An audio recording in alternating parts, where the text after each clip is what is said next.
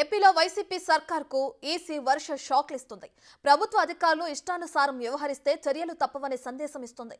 రాష్ట్రంలో వరుస రాజకీయ హత్యలు, గొడవల నేపథ్యంలో ఈసీ కీలక నిర్ణయం తీసుకుంది. హత్యలు, గొడవలు జరిగిన ప్రాంతాలకు చెందిన జిల్లాల ఎస్పీలను వ్యక్తిగతంగా హాజరు కావాలని ఆదేశించింది. రాజకీయ హత్యలు, హింసాత్మక ఘటనలను ఎందుకు నియంత్రించలేకపోయారో వివరణ ఇవ్వాలని అల్టిమేటం జారీ చేసింది. వారికిచ్చిన నివేదికల ఆధారంగా తదుపరి చర్యలు తీసుకుంటామని ఈసీ ప్రకటించింది.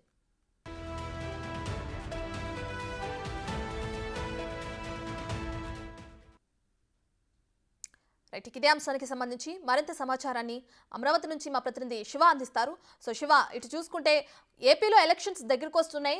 ఆల్రెడీ కోడ్ కూడా వచ్చేసింది, ఎన్నికల కోడ్. దాని తర్వాత కూడా చాలా ప్రాంతాల్లో హత్యలు, గొడవలు జరుగుతున్నాయి. అయితే ఈ ప్రాంతాలకు సంబంధించి ఎటువంటి చర్యలు ఎందుకు తీసుకోవట్లేదని ఎన్నికల కమిషన్ కూడా ఆ జిల్లాలకు చెందిన ఎస్పీలని వ్యక్తిగతంగా హాజరు కావాలని, దీనికి సంబంధించిన వివరణ ఇవ్వాలని కూడా కోరుతుంది. ఇదంతా దీనికి సంబంధించిన ఓవరాల్గా ఎలా చూడొచ్చంటారు? అంటే ఎప్పుడు వెళ్ళి ఎన్నికల కమిషన్ని కలిసే అవకాశం కల్పిస్తుంది? ఎలాంటి వివరణ ఇవ్వనున్నారు? ప్రసన్న మొత్తం మీద చూసుకుంటే ఆంధ్రప్రదేశ్లో వైఎస్ఆర్సీపీకి సంబంధించిన నేతలు గతంలో ప్రభుత్వం అంటే కూడు రాకముందు కూడా ఇష్టానుసారంగా వ్యవహరించి వారు చేసిందే ఇష్టంగా కూడా అధికారులు, ప్రజాప్రతినిధులు వ్యవహరించిన పరిస్థితి కనిపిస్తూ ఉంది. ప్రతిపక్షాలపై దాడులు, హత్యలు జరిగినా కానీ చర్యలు తీసుకున్న దాఖలాలు చాలా తక్కువగా ఉన్నాయి. దానికి ఉదాహరణే ఈసీ నిన్న వ్యవహరించిన తీరుని మనం ప్రధానంగా చర్చించుకోవాలి. ఇక ప్రధానంగా మనం ఒక అంశాన్ని పరిశీలిస్తే రాష్ట్ర వ్యాప్తంగా కూడా ఎన్నికల కోడ్ రావడంతో కూడా వైఎస్ఆర్సీపీకి సంబంధించిన నేతలు, కార్యకర్తలు, వాలంటీర్లు ఇష్టానుసారంగా వ్యవహరిస్తున్నారు. అక్కడ హత్యలు, దోపిడీలు, కార్లు, ట్రాక్టర్లు ధ్వంసం చేస్తున్నా కానీ పోలీసులు చూసి చూడనట్లు వ్యవహరిస్తున్నారు. ఇంకా వైసీపీ ప్రభుత్వం ఉందనే భ్రమలో ఉన్నారు. అంటే వాస్తవానికి ఎన్నికల కోడ్ వచ్చిన తర్వాత ప్రభుత్వానికి అతీతంగా వ్యవహరించాల్సిన పోలీసు ఉన్నతాధికారులు వారి ఇష్టానుసారంగా వ్యవహరిస్తున్న దానికి ఎన్నికల కమిషన్ నిన్న డైరెక్ట్గా 3 ఎస్పీలని హెచ్చరికలు జారీ చేసి ఈరోజు విచారణకు రమ్మని చెప్పి కూడా ఆదేశాలు జారీ చేశారు. ఇక ప్రధానంగా 3 ఎస్పీలకి నిన్న ఎన్నికల కమిషన్ ఈరోజు సాయంకాలం 4 గంటలకి వ్యక్తిగతంగా హాజరై వివరణ ఇవ్వాలని చెప్పి కూడా ఆదేశాలు జారీ చేశారు.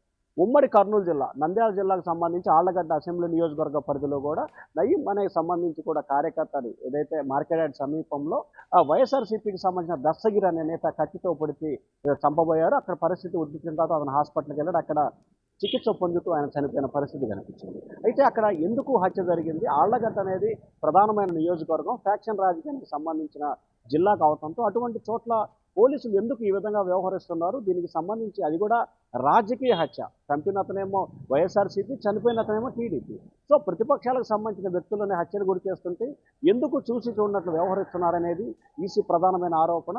ఈ అంశానికి సంబంధించి జరిగిన వివరాలతో పాటు ఎటువంటి చర్యలు తీసుకున్నారనే నివేదికతో ఈరోజు సాయంకాలం 4 గంటలకు రావాలని చెప్పి రాష్ట్ర ఎన్నికల సంఘం నంద్యాల ఎస్పీ రఘువీరారెడ్డిని ఆదేశాలు జారీ చేసింది. ఇక రెండో అంశానికి సంబంధించి ప్రకాశం జిల్లా ఎస్పీ పరమేశ్వర్ రెడ్డి ప్రకాశం జిల్లాకు సంబంధించి గిద్దలూరులో 2-3 రోజుల క్రితం కూడా గిద్దలూరు నియోజకవర్గ పరిధిలో కూడా మున్నయ్య అనే తెలుగుదేశం పార్టీ కార్యకర్తని వైఎస్ఆర్సీపీ నాయకులు దారుణంగా హత్య చేసిన పరిస్థితి కనిపించింది. సో ఈ హత్య జరుగుతున్న సమయంలో ఎందుకు పోలీసులు అక్కడ లేరు? ఎందుకంటే గ్రామ స్థాయిలో సంబంధించి ఇప్పటికే ఎన్నికల కోడ్ రావడానికి ముందే ఆయా జిల్లా ఎస్పీలు నివేదికలు ఇచ్చారు.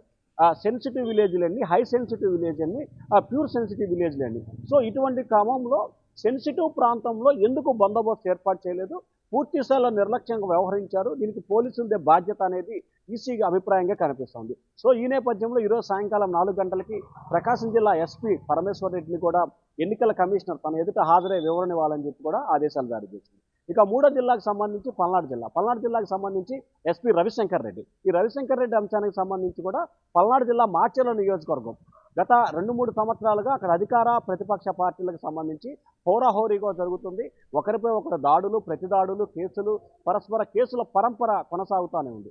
సో ఈ నేపథ్యంలో 3 రోజుల క్రితమే తెలుగుదేశం పార్టీకి సంబంధించిన కొంతమంది ఒడ్డెర సామాజిక వర్గానికి సంబంధించిన వ్యక్తుల కార్లని, ట్రాక్టర్లని ధ్వంసం చేశారు, తగలబెట్టడం, ధ్వంసం చేయడం జరిగింది. ఈ ఘటనకు సంబంధించి పోలీసు అధికారులు ఎటువంటి చర్యలు తీసుకోలేదనేది తెలుగుదేశం పార్టీకి సంబంధించిన నేతలు ఆరోపిస్తున్న పరిస్థితి. సో ఈ ఆరోపణ నేపథ్యంలో కూడా దీనికి సంబంధించి మీరు ఎటువంటి చర్యలు తీసుకున్నారు?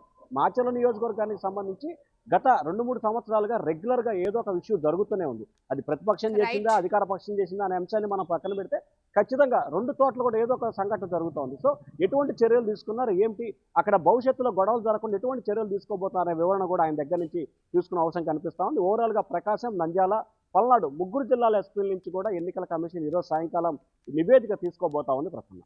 Right, thank you Shiva.